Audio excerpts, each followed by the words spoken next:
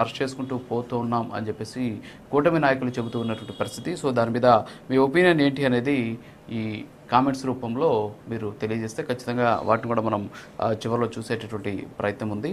Yeah, welcome back Darshit.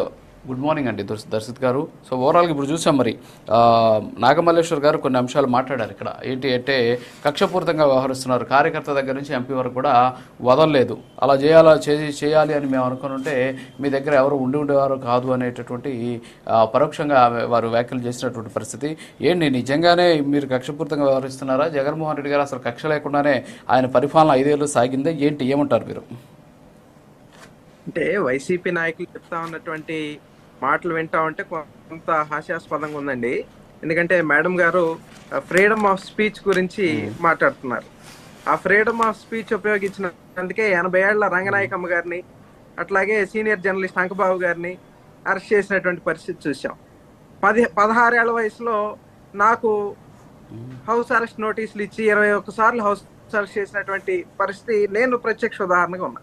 అంటే ఇక్కడ జగన్మోహన్ రెడ్డి గారి కక్ష సాధింపు వైఖరి అనేది రాష్ట్రమంతా తెలుసు కాబట్టి 11 సీట్లు పరిమితం చేసినటువంటి పరిస్థితి ఉంది. ఇక్కడ కొత్తగా మనం ఏమి దాని గురించి మాట్లాడుకోవాల్సినటువంటి అవసరం కూడా లేదు. ఒక చిన్న ఉదాహరణ దీని విషయంలో నేను చెప్పదలుచుకున్నానండి. మా జిల్లాకు సంబంధించినటువంటి దేవినేని ఉమామహేశ్వరరావు గారు గతంలో జలవనరుల శాఖ మంత్రిగా పనిచేశారు.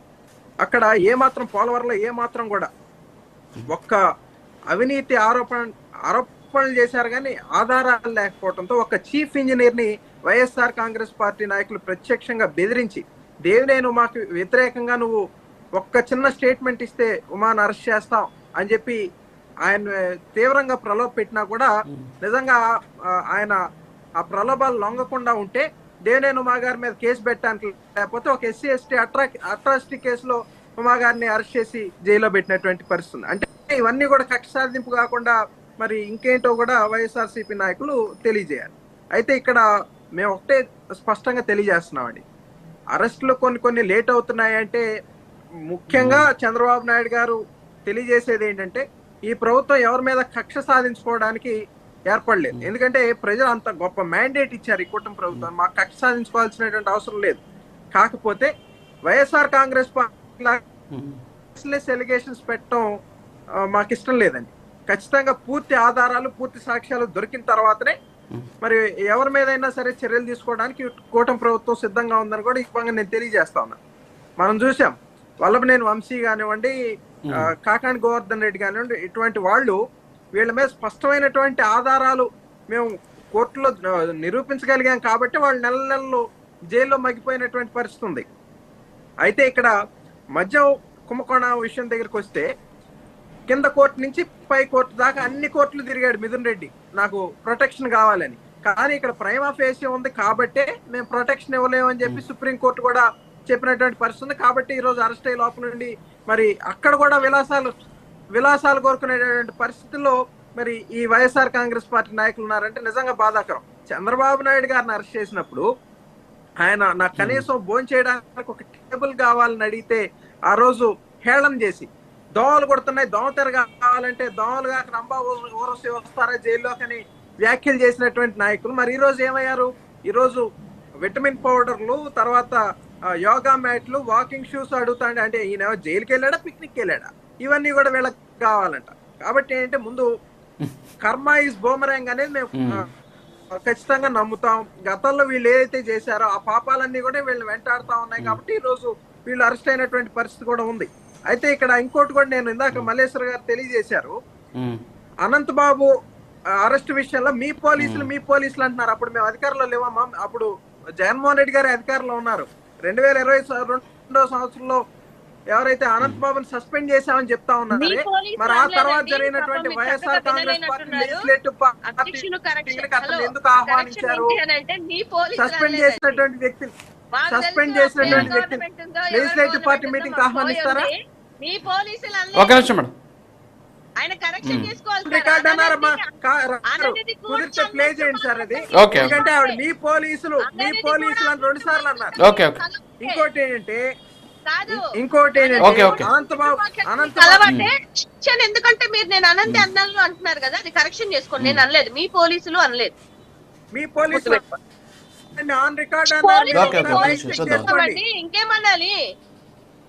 అప్పుడు ఉన్నది మా పోలీసులు కాదమ్మా, అప్పుడు ఓకే ఓకే మేడం, ఒక్క నిమిషం. పోయారేమో. వినయ్యా, నీకు వినే ఓపిక ఉండాలి. Okay, okay. నువ్వు ఏదో exist అయిపోదు. ఓకే.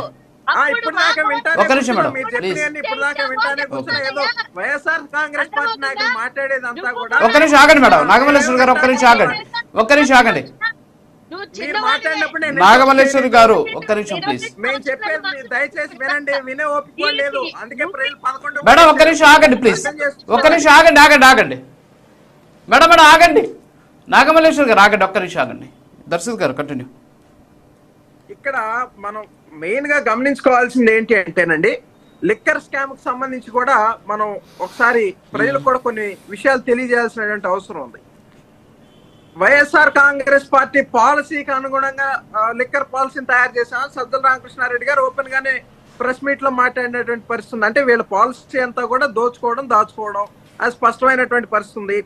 కాకపోతే మా బాధ అంతా ఏంటి అంటే, ఇక్కడ రాష్ట్ర ప్రభుత్వానికి 18,000 కోట్ల రూపాయలు నష్టం జరగటమే కాకుండా 30,000 మంది అమాయకులు చనిపోయారు సార్ వీళ్ళ కల్తీ మద్యం దాగి.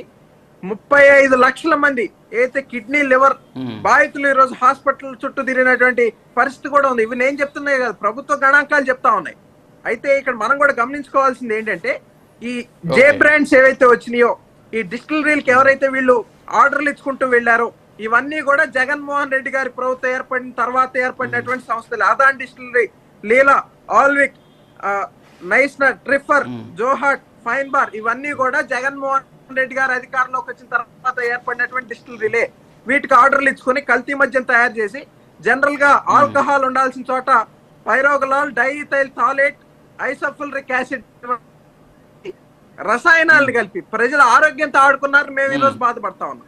కానీ వైఎస్ఆర్ కాంగ్రెస్ పార్టీ నాయకులకి ఇవేం పట్టవు. ఎందుకంటే 3,200 కోట్ల ఆర్గనైజ్డ్ క్రైమ్ చేశారు కదా. అండ్ ఇంకో విషయం కూడా మేము తెలియజేయాల్సింది ఏంటంటే, మద్యం తాలూకు ఆదాయాన్ని తాకట్టు పెట్టి ఏది 9.62% ఇంట్రెస్ట్ రేట్ కి తాకట్టు పెట్టినటువంటి దుర్మార్గులు ఈ వైఎస్ఆర్ కాంగ్రెస్ పార్టీ నాయకులు. ఏ కాదా? ఇంకోటి ఈ సందర్భంగా ఉన్నాం, ఇక్కడ మద్య కేసుతో పాటు ఈ నాయకుల్ని జగన్మోహన్ రెడ్డి గారు ప్రాంతానికి ఒక చోటా మోటా నాయకుని తయారు చేసి వీళ్ళని జనాల మీద వదిలి ప్రజల ఖనిజ సంపదను కూడా దోచుకోమని చెప్పి వదిలేసి, నాకు మీరు ఎంతైనా దోచుకోండి, నాకు కప్పంగా కట్టండి అని చెప్పినటువంటి ఒక దుర్మార్గకరమైనటువంటి పరిపాలన వైఎస్ఆర్ కాంగ్రెస్ పార్టీ హయాంలో జరిగింది. బయటకేమో కాకాండి గోవర్ధన్ రెడ్డి, అనిల్ కుమార్ యాదవ్ పడినట్టుంటారు, లోపల మాత్రం ఇద్దరు కలిసి స్పాట్ మైనింగ్ చేస్తారు. టన్నుకి 10,000 రూపాయలు సేల్ రైస్ తీసుకున్నారు. ఇవన్నీ వాస్తవాలు కదా? అది తీసుకున్నందుకు ఆ శ్రీకాంత్ రెడ్డి అనే ఒక ఏజెంట్ కి టన్నుకి 1,000 రూపాయలు బ్రోకరేజ్ ఇచ్చారని చెప్పి అతను అడ్మిట్ చేసినటువంటి పరిస్థితి ఉంది. ప్రభుత్వానికి సంబంధించినటువంటి ఇనాం భూములు కూడా కొట్టేసినటువంటి దుర్మార్గుడు ఈ రోజు బయటకు వచ్చి నీతి వాక్యాలు చెప్తా ఉన్నాడు. అంటే ఇవన్నీ కూడా ఎవరి జీవనంలో పూలు పెడదాం అనుకుంటారు, ప్రజలన్నీ గమనిస్తున్నారు. ఓకే.